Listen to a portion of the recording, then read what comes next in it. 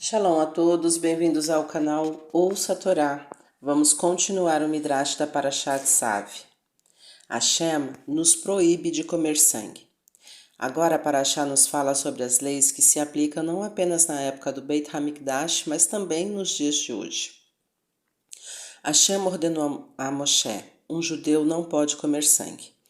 Antes de um judeu comer um pedaço de carne ou frango, ele deve se certificar de que se trata de um animal ou pássaro kasher. Mas isto não é o suficiente. O animal ou pássaro deve ter sido abatido da maneira especial que Hashem ordenou a Moshe. Nossos sábios decretaram que a carne ainda não pode ser comida até que seu sangue tenha sido removido. Como se tira o sangue da carne ou do frango? Basicamente, o processo é este. A carne ou frango é mergulhada em água fria por meia hora. Então, ela é cuidadosamente salgada com sal grosso por todos os lados. O sal absorve o sangue. A carne que foi salgada permanece assim por cerca de 1 hora em uma posição que permita que o sangue escorra, tal como sobre uma tábua inclinada. A carne é, então, lavada e pode ser cozida e comida. Qualquer sangue remanescente depois que ela ficou de molho e foi salgada desta forma pode ser comido. Você já viu alguma vez como uma galinha é salgada? Pergunte à sua mãe sobre isto. Ela sabe como se faz? Se não sabe, talvez ela possa levá-lo ao açougueiro para que você veja como isto é feito. Ou então perguntar a alguma vizinha ou amiga que faz sua própria salga se você pode assistir o processo. A Torá nos proíbe de comer apenas o sangue de carnes de animais ou frango. Sangue de peixe pode ser comido. A Torá proíbe os judeus de comer o sebo do animal, chamado de relev. Um judeu pode comer uma galinha somente se ela foi abatida e salgada de acordo com a halahá. No caso da carne de uma vaca, carneiro ou cabra, a Torá ordena outra lei. Certas partes gordurosas devem ser removidas antes que possamos comer a carne. As partes gordurosas são proibidas, chamadas de relev. Depois que o animal é abatido, um homem especialmente treinado, chamado menaquer, tira as gorduras proibidas. O menaquer deve estudar os dinim, leis, para saber qual gordura é relev. Ele deve cortar fora cuidadosamente até o último vestígio de relev. Se, Has Shalom, ele deixar ainda um pedaço mínimo de relev na carne, o judeu que a consome comete uma verá, pecado. Na época do Beit HaMikdash, se um judeu comesse relev por engano, ele tinha que oferecer um korban hatat. E se um judeu comesse relev de propósito, Has Shalom, Hashem o punia com carete, morte prematura e sem filhos. Assim, antes de um judeu comer um pedaço de carne, ele deve estar certo, não apenas de que ela foi abatida de forma adequada, mas também que o relevo foi removido por um menaquer, temente a Deus, que passou em um teste para mostrar que ele sabe fazer o nikur, como remover relevo. Muito bem. Você vê quantos dinim devem ser cuidadosamente observados antes da carne se tornar kasher? Todo judeu deve estar alerta para se assegurar de comer apenas carne que passou por todos esses passos conforme os dinim, de forma apropriada.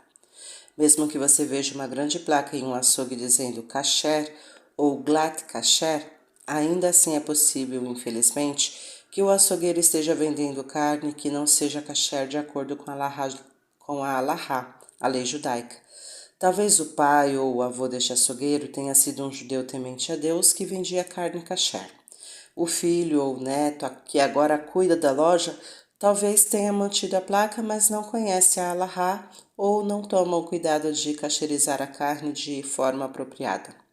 Se você não tiver certeza sobre um determinado açougueiro, fale com alguém que conhece os dinim de shechitá, abate, e nikur, remoção das gorduras proibidas, para saber se você pode confiar no açougueiro. O que aconteceu durante os dias de consagração do Mishkan? Hashem ordenou: antes que a Avodá, serviço divino, possa começar no recém-construído Mishkan, este deve ser consagrado por 8 dias. Estes 8 dias são chamados de Yemei Amiluim, Em cada dia, Moshe ofereceu korbanot especiais para a consagração do Mishkan, e em cada dia ele preparou os Koanim para a sua avodá. Hashem disse a Moshe: reúna todos os homens no pátio do Mishkan. Eu quero que eles vejam como os Koanim estão se preparando para a sua avodá.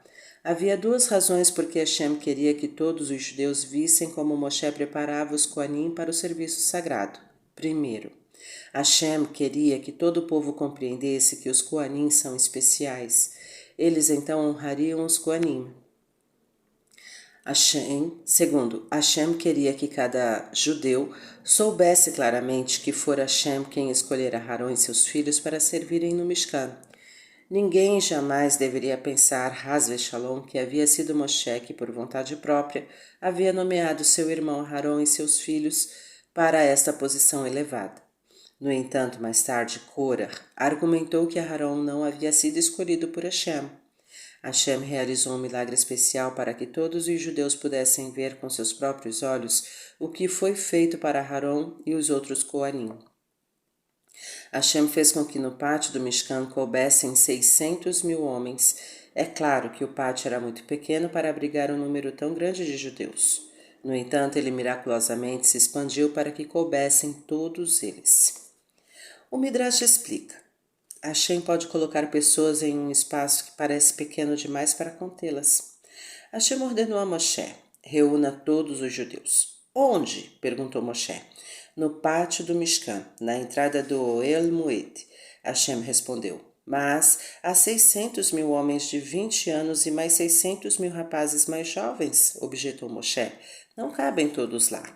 Não se preocupe com isso, Hashem respondeu a Moshe. Eu consigo colocar todos ali.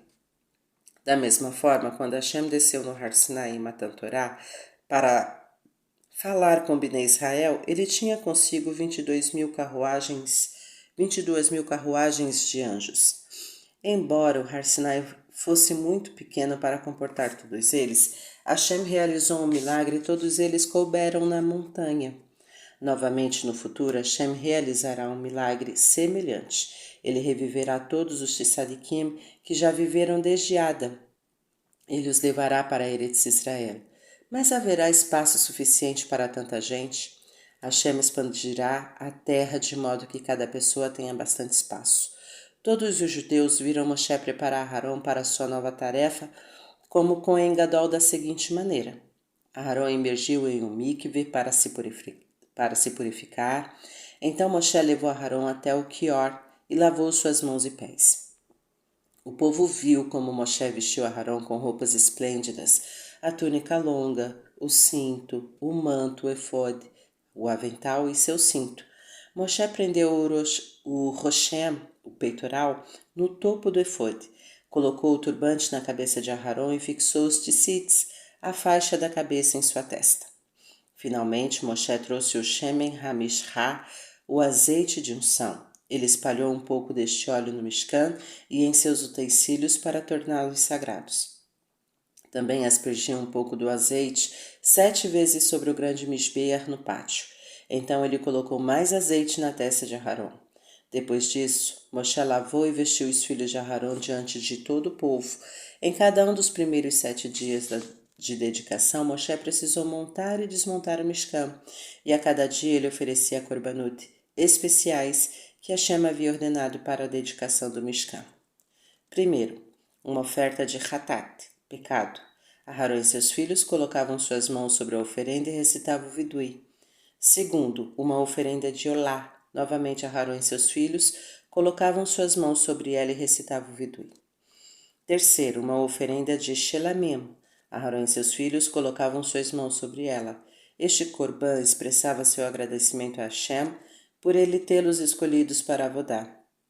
Com relação a este sacrifício, Hashem deu a Moshe uma ordem especial. Pegue um pouco deste sangue e coloque-o na orelha direita, no polegar direito e no dedão do pé direito de cada Cohen. De acordo com uma explicação, Hashem estava dando um aviso aos Kohanim. O sangue que tocava a orelha do Cohen estava advertindo: use sua orelha para escutar as palavras de Hashem. O sangue que tocava seu polegar significava: use suas mãos para servir Hashem. O sangue que tocava seu dedão do pé o avisava: use seus pés para ir cumprir as mitzvot de Hashem. Em cada um dos casos, o direito era usado porque o lado direito sempre alude ao caminho correto, direito, e apropriado a ser seguido. Cada Cohen era advertido a usar as partes principais de seu corpo para o propósito certo e adequado, conforme Abarbanel, Parashat Tetzaveh. Moshe queimava aquelas partes dos korbanot que deviam ser queimadas. Então, ele pegava um pouco da carne e um pouco dos pães e colocava suas mãos sob a de Aharon. Ele agitava a carne e os pães nas 4 direções e para cima e para baixo, tendo Fá. Moshe também agitava a carne e os pães junto com os filhos de Aharon. Então vinha o ato final. Moshe salpicava um pouco de Shemen HaMizrah, azeite de unção e sangue em Aharon e seus filhos. Este ato tornava Aharon e seus filhos prontos para a Avodá. Hashem ordenou que Moshe repetisse exatamente este mesmo procedimento em cada um dos 7 dias: vestir os Koanim, oferecer os Korbanot e ungir os Koanim. Aharon e seus filhos observavam atentamente Moshe realizar cada parte da Avodá. Foi assim que aprenderam que eles mesmos deveriam fazer. Hashem ordenou: no 8º dia, Moshe continuará a oferecer os korbanot diários. No entanto, korbanot especiais para este dia serão oferecidos por Aharon e seus filhos pela primeira vez. Neste dia eu mandarei um fogo dos céus para queimar os korbanot. Isto mostrará a vocês que minha Shekhinah desceu para repousar no Mishkan. Todos os judeus esperaram ansiosos pelo 8º dia dos dias de consagração. Terminamos a Parashat Tzav. Tá gostando do conteúdo do canal? Então curta, comenta, compartilha. Ainda não é inscrito? Então se inscreve, ativa o sininho e fica por dentro das novidades. Shalom a todos.